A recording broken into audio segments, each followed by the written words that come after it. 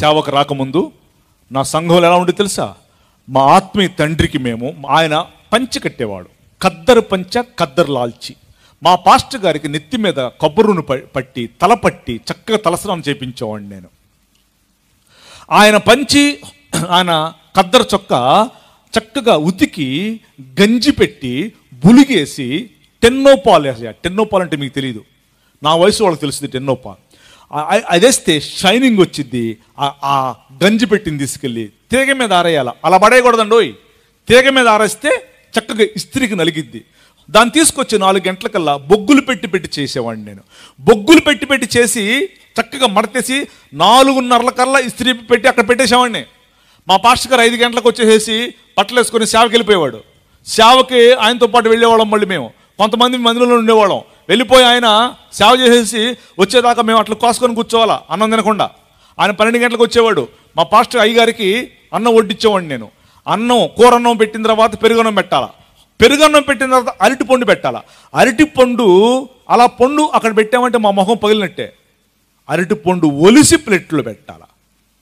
చిన్న పాయింట్ కూడా నేర్చుకున్నాం మేము. మా పాస్టర్ గారితో పాటు మా సంఘస్థులు ఉండేవాళ్ళు కొంతమంది, లేదు లెక్చరర్స్ వాళ్ళు. అప్పుడు సంఘానికి వచ్చేటువంటి వాళ్ళు లెక్చరర్లకి బజాజ్ చేతకు ఉండేది.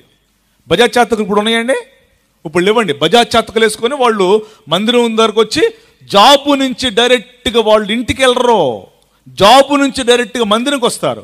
మందిరం దగ్గరకు వచ్చేసి మందిరం బయట స్కూటర్ ఆపేసి దైవజనుడిని కలిసేవాళ్ళు. అయ్యగారు ఇవాళ సేవ ఉందంటే స్కూటర్ అక్కడ పెట్టేసి సేవకి వెళ్ళిపోయేవాళ్ళు. సేవకి వెళ్ళిపోతే మందిరం సేవ అయిపోయేసరికి 11, 12 అయ్యేది. అక్కడ ఒకసారి కూడి పెట్టేవాళ్ళు కాదు.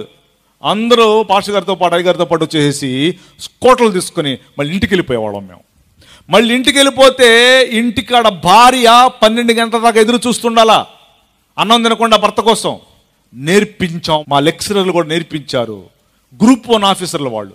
భార్య భర్త సేవకి వెళ్ళాడు మా అయ్యగారితో పాటు అని భోజనం చేయకుండా 12 గంటల దాకా ఎదురు చూస్తే వచ్చి ఇద్దరు భార్య భర్తలు ఎదురు కూర్చొని చక్కగా భోజనం చేసేవాళ్ళు, పడుకునేవాళ్ళు ఆనందంగా తృప్తికరంగా. ఏమండి, 1వ తారీఖు జీతం వచ్చిందండి. 1వ తారీఖు జీతం వచ్చిన వెంటనే మా లెక్చరర్లు ఏం చేస్తారు తెలుసా? 1వ తారీఖు జీతం వచ్చిన వెంటనే జీతం తీసుకొని ఇంటికి వెళ్ళరు, డైరెక్ట్గా మందిరానికి వచ్చి మందిరంలో 10వ భాగం వేసేసి మిగతా 90% తీసుకెళ్ళి ఇంట్లో బీరువాళ్ళు దాచిపెట్టుకునేవాళ్ళు. ఇప్పుడు వాళ్ళు ఏమయ్యారు తెలుసా? బజాజ్ చేతలు ఎప్పుడు పోయినాయండి.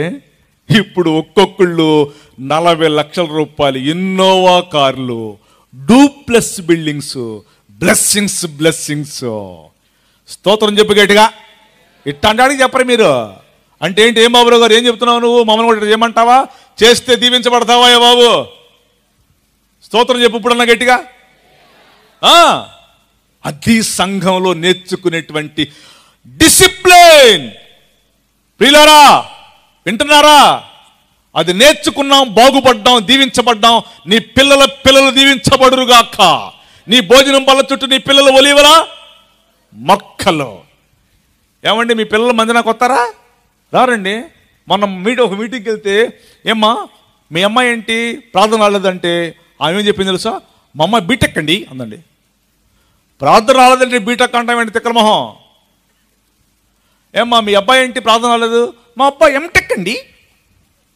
ఏ టెక్ అంట? కొంచెం చెప్పండా.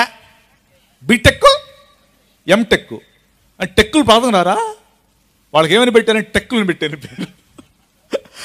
ప్రార్థన రాలేదమ్మా మీ అమ్మాయి అబ్బాయి అంటే, మా అబ్బాయి బీటెక్ అండి, మా అబ్బాయి ఎంటెక్ అండి. ఎంటెక్ అయితే ఏంటి ప్రార్థన రారా? Wherever you